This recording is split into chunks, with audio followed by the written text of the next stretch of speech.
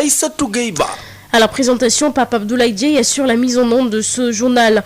Le mouvement pour la défense de la démocratie organise un grand rassemblement demain à la place de la Nation, ou aujourd'hui à la place de la Nation.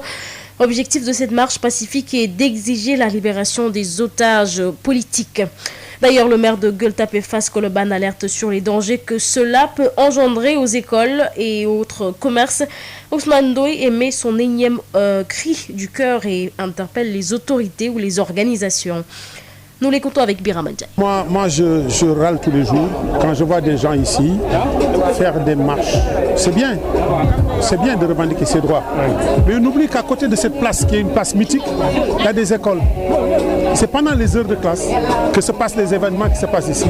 Et les grenades vont dans les salles de classe, les pierres vont dans les salles de classe, et c'est les enfants qui n'ont aucune responsabilité dans ce qui se passe qui en pâtissent le plus.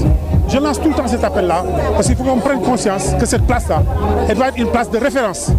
Parce que c'est la place où figure le monument de l'indépendance, et on l'a baptisé la place de la Nation. Vraiment, je tiens absolument à ça.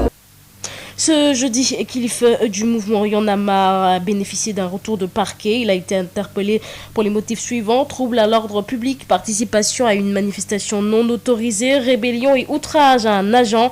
Kilifeu n'est pas encore édifié sur son sort. Mamadou Kamara. Kilifeu du mouvement Y'en a marre n'est pas encore édifié sur son sort. Après son interpellation par les forces de l'ordre à la suite d'une manifestation non autorisée par le préfet de Kaolack, Kilifeu a été retenu au commissariat central de Kaolack pour outrage à un agent, participation à une manifestation non autorisée, trouble à l'ordre public et rébellion. Ce jeudi, il a été présenté au procureur près le tribunal de première instance de Kaolack. Après audition, Kilifeu de Y'en a marre a bénéficié d'un retour de parquet et se trouve toujours dans les locaux du commissariat central de Kaolack. Affaire à suivre. Kaolack, Mamadou Kamara, Sud FM.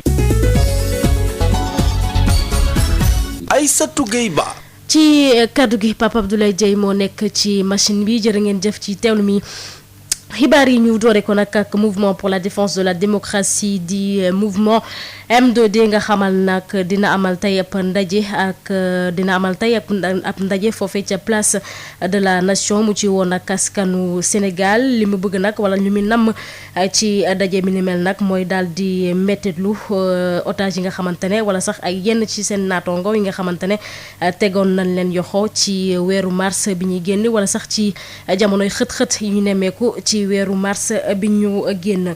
Xët-xët yi ni mel nag moo waral kii di maire bu Gueule-Tapée Fass Colobane tiit loolu mu ne nag bu moyul dana jur leneen ci biir l'école yi waaye itam ci commerçant yi nga xamante ne nag jege neen boort wala sax jege neen marché bi ni mel.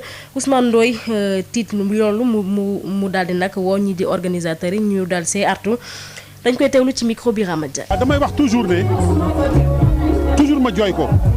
parce que fii toujours fi la nit ñi di ñëw di def seen revendication jaadu na ñu def seen revendication parce que dëkk boo nekk boo amee loolu naqari da nga koy wax mais place bi ñu koy defee ak waxtu yi ñu koy defee ay xale ñooy jàng fii grenade yi ci biir classe xale yi lay dem xeer yi ñuy sànni ci classe xale la ñuy dem xale yi ñi nga xam ne seen yoon nekku ci ñoo ci gën a sonn damay lancer appel rek place bi mooy place de la nation symbole bu magu indépendance Sénégal fi la nekk nañu wut feneen fu ñuy defee yooyu wala bu ñu fi def marche ñu def marche boo xam ne marche pacifique la du am histoire du am flot du am xeet vraiment c'est les populations de Gueule-Tapée Fass Colobane qui me demandent de lancer ce cri de cœur.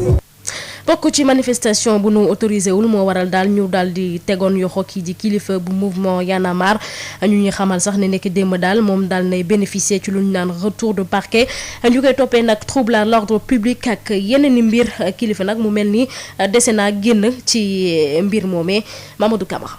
ginnaaw ba nga xamee ne bokk na ci manifestation bi nga xam ne prestataires yi kuréel bi boot liggéeykat yi nekk ci électricité kilifa nag moom ñëwoon na pour jàppale leen waaye ci àllarba ba léegi teg nañ ko loxo ñeneen ñi nga xam ne ñoo bokkoon ci manifeste bi ñu toll ci ñeent fukk ñooñu bàyyi nañ leen ñu dem moom kilifa bu Y'en a marre moom dong ñu téye ko ci commissariat central bu Kaolack moom nag liñ ko toppee mooy dafa bokk ci manifestation boo xam ne bi préfet bu Kaolack nanguwu ko woon te tamit bokk ci ñi troubler ordre public ak fippu ak tamit wax ak benn alkaati ay kàddu yoo alxamis bi nag kilifa bu Y'en a marre jëlee woon nañ ko commissariat central bu Kaolack yóbbu ko ci tribunal bu Kaolack pour procureur daal di ko déglu ca 11h ci suba nag ci alxamis bi lañ ko jëlee commissariat yóbbu ko tribunal waaye mujj nañ ko delloosi ci commissariat central bu Kaolack mu bénéficié wu ci lu ñuy wax retour de parquet du ñàkk mu delluwaat ci procureur ñu gën koo dégluwaat waaye mën nañu jamono ji kilifa bu Y'en a marre xamagul fu mu féete Kaolack Mamadou Camara Sud FM. Aïssatou Gueye Ba. mbokk yi fii la ñu yem ak yéen ci xibaar yi di leen jaajëfal bu baax ci seen noon beeg seen rajo di fi taataane xibaar yi Aïssatou Gueye Ba newoon ci kaddu gi ñu gërëm bu baax a baax kii di Papa Abdoulaye Dieye moom may fare woon ci machine bi ñu fanaan jàmm.